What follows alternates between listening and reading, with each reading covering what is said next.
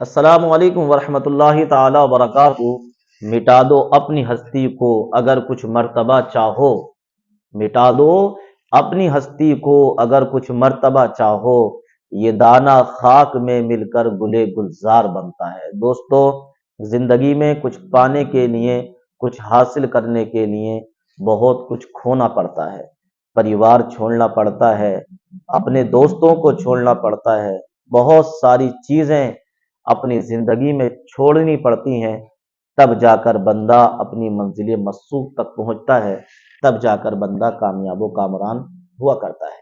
प्यारे दोस्तों, अजीज नाजरीन, तो उम्मीद है कि आप लोग खुशहाल होंगे। अगर किसी तरीके की कोई परेशानी है, अल्लाह रब्बुल इज्जत आप लोगों को शादो आबाद रखे, आपके कारोबार में मकान में बरकत अता फरमाए। दोस्तों, आइए, एक बहुत अच्छी सी वीडियो है, इस वीडियो को आप लोग स्किप मत करना, आप मुकम्मल सुनना इस वीडियो को। मगर जरा आपका जमीन ईमान पर ताज़ा देखिए, होगा। आइए जरा उत्तर सुनिए इस प्रदेश वीडियो में सिर्फ 22% सरकारी स्कूलों में कंप्यूटर है।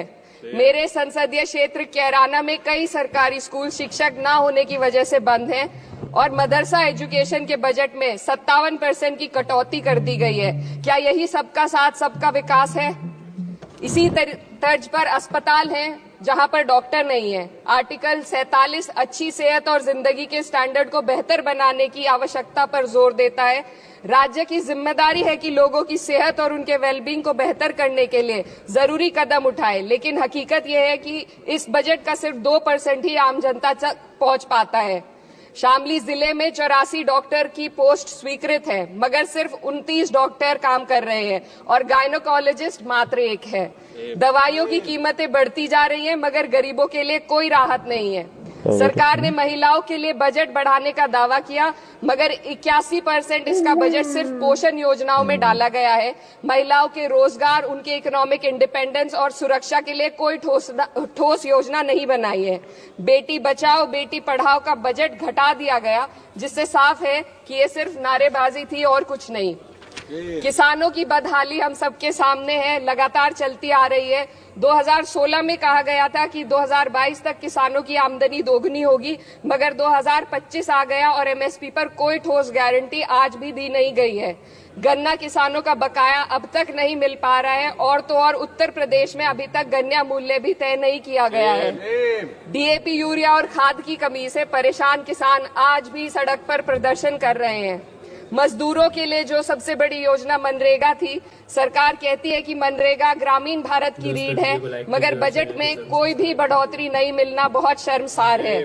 औसतन 44 दिन का ही रोजगार मिल रहा है, जबकि स्कीम 100 दिन की गारंटी की होती है।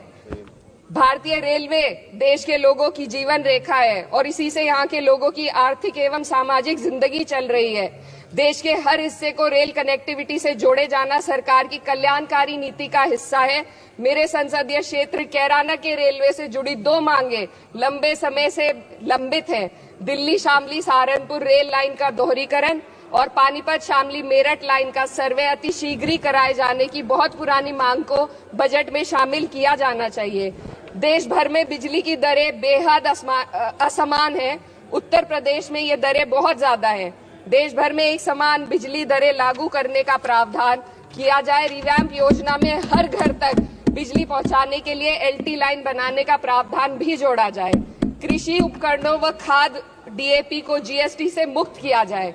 किसानों की एमएसपी की मांग को पूरा करने के साथ साथ उत्तर प्रदेश के किसानों को गन्ना मूल्य निर्धारण पिछले वर्ष से बढ़ाकर किया जाना बेहद जरूरी है।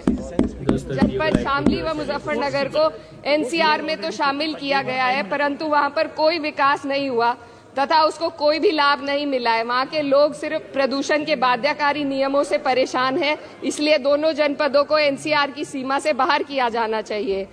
मेरे संसदीय क्षेत्र में मैं कुछ चीजें बजट स्पीच में ऐड करना चाहती हूँ। एक, ट्रॉमा सेंटर और जिला अस्पताल के अपग्रेडेशन की भी मांग है। जनपद शामली और सहारनपुर में एक महिला डिग्री कॉलेज खोला जाए। कैराना में सर जस्ट कंक्लूडिंग, यमुना नदी के घाट पर सौंदर्य कार्य का भी कार्य जोड़ा जाए। जनपद शामली में टेक्सटाइल पार्क की स्थापना की जाए और जो संसद निधि है सांसदों को केवल 5 करोड़ रुपए दिए जाते हैं और एमएलए उत्तर प्रदेश के एमएलए को भी 5 करोड़ दिए जाते हैं। हमारी मांग है या तो इसे बढ़ाकर 25 करोड़ किया जाए या फिर सिरे से खारिज किया जाए। Sir just one The union budget was an opportunity to address the pressing. Sir, just 1 minute. Please, 2 more speakers are in your party.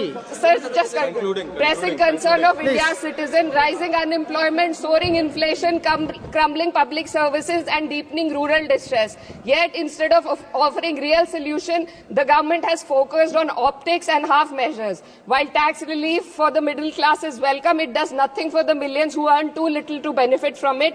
Education remains underfunded, rural employment stagnates, and farmers continue to struggle without meaningful support. The delays in conducting the census and caste census further exposes the government's disregard for data-driven policy making and social justice.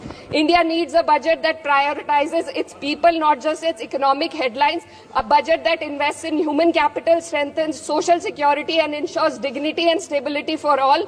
But what we have instead is another missed opportunity, one that fails the poor, the youth, the farmers, and the women of this country. Budget प्रस्ताव पर अपने विरोध को मैं 2 पंक्तियों में आपके सामने रखना चाहूंगी। बेदम हुए बीमार दवा क्यों नहीं देते? बेदम हुए बीमार दवा क्यों नहीं देते?